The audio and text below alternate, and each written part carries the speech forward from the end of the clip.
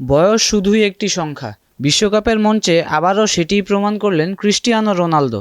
যেখানে অধিকাংশ ফুটবলারের ক্যারিয়ার ৩৫-এর পর শেষের পথে, সেখানে ৪১ বছর বয়সেও তিনি লিখে চলেছেন নতুন ইতিহাস।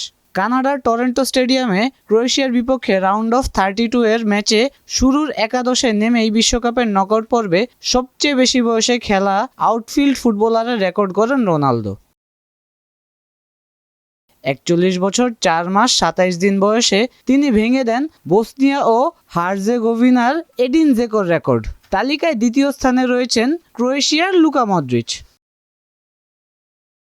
তবে রোনালদো শুধু রেকর্ড গড়েই থামেননি। ম্যাচে পিছিয়ে পড়া পর্তুগালকে দ্বিতীয়ার্ধে পেনাল্টি থেকে গোল করে সমতায় ফেরান তিনি।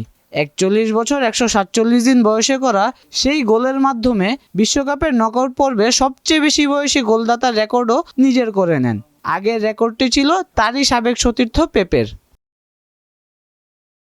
দুর্দান্ত পারফরম্যান্সের পুরস্কার হিসেবে ম্যাচ সেরা ট্রফিও ওঠে রোনালদোর হাতে। এর ফলে বিশ্বকাপ ইতিহাসের সবচেয়ে বেশি বয়সী ম্যাচ সেরা খেলোয়াড়ের কীর্তিও এখন তার।